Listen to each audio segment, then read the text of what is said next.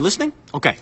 Basically, there's this guy named William that moves from England to a town called Oregon with his wife and 3 kids. That meets this guy named Henry. And the two of them form a friendship and start a family diner and pizzeria called Fredbear's Family Diner. Now the money is tight, so to save on cash, Henry come up with these animatronic mascots that can be cranked up into workers' suits. Seems pretty smart, right? Right, dummy! See, if the spring locks get loose on these suits, they turn back to animatronics and crush the person in them. Anyway, getting ahead of myself here. Basically, this William guy's bad news. See, one day, Henry's dad at Charlie, he's having a birthday party at the diner. The other kids are mean to her, and they lock her outside. What does William do when he sees this? A freaking drags her into the alley and kills her. That's what he does. Now, Henry built this safety puppet to watch over his dad, but the puppet was stuck inside a box when this was happening. When the puppet gets out, goes out to try and protect her, but it's raining, so the freaking animatronic breaks down too. So what happens is that Charlie's spirit actually inhabits the animatronic puppet. And buddy, that is just the tip of the iceberg. See, William's oldest son is a real face to his human son, Even. On Evan's birthday in 1983, go to the diner, and Henry actually shoves Even into Fredbear's mouth. Freaking crazy, right? So the spring locks fail and Fredbear chomps Evan's head,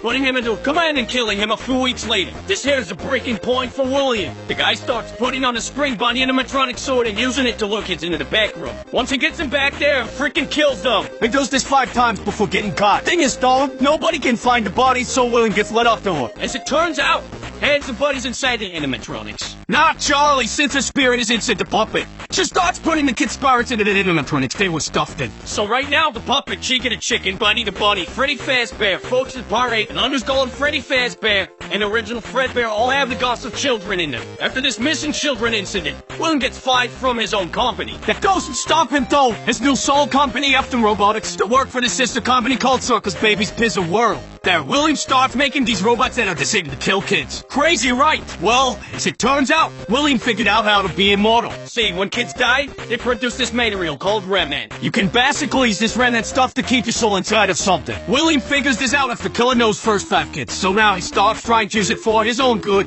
Problem is, even though his youngest son is dead and his oldest son has moved out, William still has his daughter Elizabeth with him. William makes this really cool animatronic called Circus Baby who can dance, sing, make us scream, and do a whole bunch of other cool stuff. But his daughter Elizabeth gets too close to Baby, and her chip capturing mechanism activates. So now 2 of William's 3 kids are dead by his own hand. William pretty much loses it here.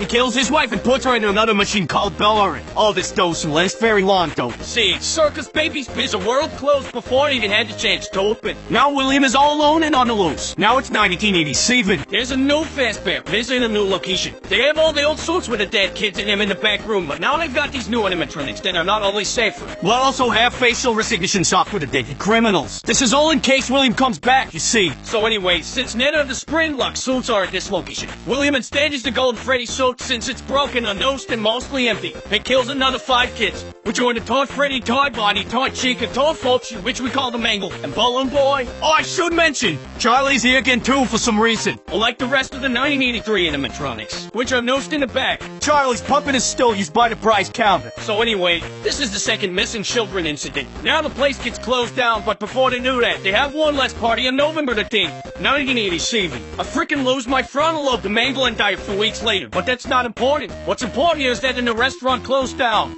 So now it's sometime after 1987. William somehow gets a message out to his son Mitchell that his sister and mom are trapped inside some animatronics at the now closed down Circus Baby's Pizza World, and that he needs to set them free, since the whole building is automated. They think that he's an employee. So Mitchell works at the building for a week while the building is attempting to reopen, although he gets tricked by the animatronics into getting scooped. See, what happens is that, during the week, all the robots in the facility tear themselves apart and reform themselves into a dead mass called Inert. And it brings Mitchell to the scope where he gets injected with remnant. Then his organs get scoped out and introduce him as a skin sword to escape the facility. After the robots escape and Mitchell is reanimated as a walking corpse, and goes to find his father and then all the suffering. The first place he tries is the new Freddy Fazbear Pizza that opens in 1993. This reopening is the original location of Fredbear's Family Diner, and brings the original cast of Freddy, Fox, Chica, and Bonnie.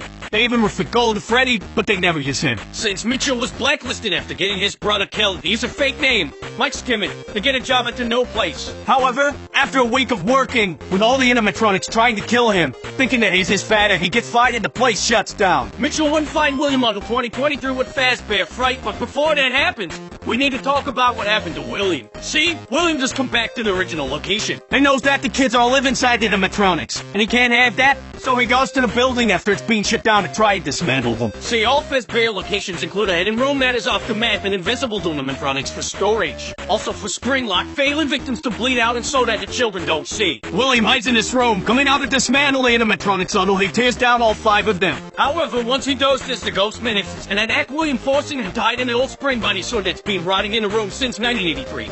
And puts it on and lets it down, but the spring locks fail and he gets crushed. Since William has been injecting himself with Remand for years, and come back to life after getting crushed inside his sword, doesn't have any will of his own, being locked in the room until 2023. In 2023, an amusement park opens up a scary attraction called Fazbear Fright, which was a bunch of old Fazbear artifacts from the old locations. As a horror attraction, they find this old spring buddy sword in a hidden room and transport him to Fazbear Fright, where Michael is working. This is the moment he's been waiting for. After a week of working at the location, Michael used the folder wearing in the building as an excuse to set fire to it, killing William once and for all and freeing the remaining trapped souls, who have also been haunting Michael for the week he was working there. Or so he thought. As it turns out, William survives the fire and rebuilds the parts of it that were destroyed with the leftover parts in the building and escapes to kill some more. Now we have the puppet and William all off on their own in the whip. Ennard gets tired of Elizabeth controlling him, so they kick Elizabeth out. And she rebuilds herself as a new version of Baby. Now call it Scrap Baby. And then dons a new mask and calls themselves Molten Freddy, who also happens to have the spirits of the 5 children from the toy animatronics in it now. This is where Henry steps in. Once Henry learns of the suffering that has been happening, he develops a plan to bring all the animatronics back to one place so he can destroy and free them all. And creates an animatronic called Lefty, which is to capture his data. When Michael finds out about all this, he goes to the new fake misery and brings all of the animatronics back together. Once they're all there, Henry locks the building and burns it all down with himself and Michael's still in it, freeing the remaining souls of Elizabeth, Charlie, William's wife, and the remaining children inside of Molten Freddy. After this, William's soul is sent to hell, where the souls of the children he daughter get to daughter him for all eternity. Or so they think. See, sometime before being killed, William used his genius to scratch his own memories and consciousness in the binary code of some alternate components of the animatronics. The problem with Henry's plan was that Fazbear Entertainment was all in his own hands, and was actually still running as its own company at this point. See, sometime during the events of the games, an in-universe game developer was hired by Fazbear Entertainment to make their video games as a way of making a real story seem like fiction. After that, they then hired a different company called Silver Parasol Games to create the Freddy Fazbear Virtual Experience to make it seem as if the previous games were wrong and the double discredit the real stories of the children getting killed. The problem, though, is that Fazbear Entertainment promised Silver Parasol with some computer chips to scan in order to make the animatronics more realistic. When they do this, William's consciousness code is brought in the game, basically bringing him back to life in the video game. During development, this robot William, called Glitchtrap, programs itself to be able to take over Tester's body, essentially bringing William Afton back to life. William is first able to control a developer named Jeremy, but he decides that Jeremy isn't a good candidate, so he controls Jeremy and makes him kill himself using a goggle paper slicer. Glitchtrap tries to control the named player of the game, but the player manages to defeat him and lock him away. However, before this happens, Glitchtrap finds a host named Vanessa and decides to use her after the Freddy Fazbear Virtual Experience, as well as an added Halloween dope. Fazbear Entertainment and commissioned the creation of a gin mall called the Fazbear Megapixelplex. During the time that the Megapixelplex was running, multiple animatronics would switch around and the tragedy started again. But before we go into the events that transpired there, we have to talk more about Vanessa and another individual known as Patient 46. Patient 46 to be a tech-savvy genius, but is also at the same time a chill. And how they are treated and referred to by the various therapists that we hear their sessions from? Well, it's clear that Patient 46 and Vanessa to different people.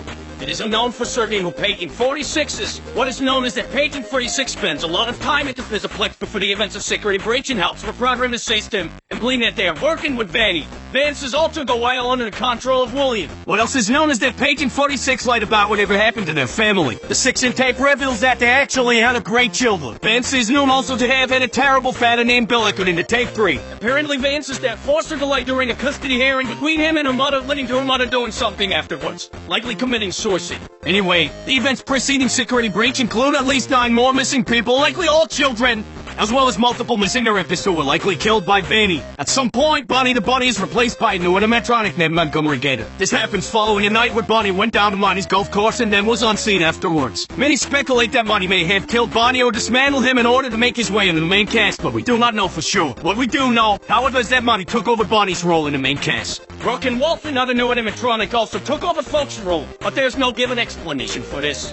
One night, after most of the animatronics have been reprogrammed, Glamrock Freddy, the newest version of Freddy Fazbear, malfunctions and shuts down on stage. When he wakes up, he learns that he was put in low power mode, likely freeing him from the reprogramming that Bait 46 did to everyone else. Also, when he wakes up, a boy named Gregory reveals to have been hidden inside of his chest cavity. Gregory is a homeless orphan of unknown relation to anyone else during the infant's security breach. Some have speculated that Patient 46 is Gregory, but there seemed to be little difference between the two characters that conflict. Others believe that Gregory is an animatronic himself, as his hair and eyes are noticeably different events. And the book Tales from the Pizzaplex includes an animatronic that looks like a home and children is about the same size as Gregory. What more, Gregory's vision seems to distort at times. His eyes are cameras that are receiving interference. However, none of this is known for sure. Gregory and Glamrock Freddy find that the mega Pizzaplex is built on top of the fake restaurant that was used to lure William Afton in years prior. And using Vance's body, locate William Afton's corpse and reanimate him inside of a wretched station stolen from the Pizzaplex. William Afton plans to control all of the animatronics in the Pizzaplex remotely and begin to kill children again. But Gregory and Freddy stop it. The last we see of William Afton is him being grabbed by the spirits of the recently killed 9 people inside of a large machine known as the Blob. The game canonically ends with Gregory and Freddy escaping the Pizzaplex and relaxing on a hell. It is likely that with the destruction of the Pizzaplex, Vance is freed from Vanny, but we do not know for sure. And this is where our story ends for now. Eventually there will be more Dolken updates for Security Breach, but until that happens, this has been the end for 5 Nights at Freddy's Game Lore.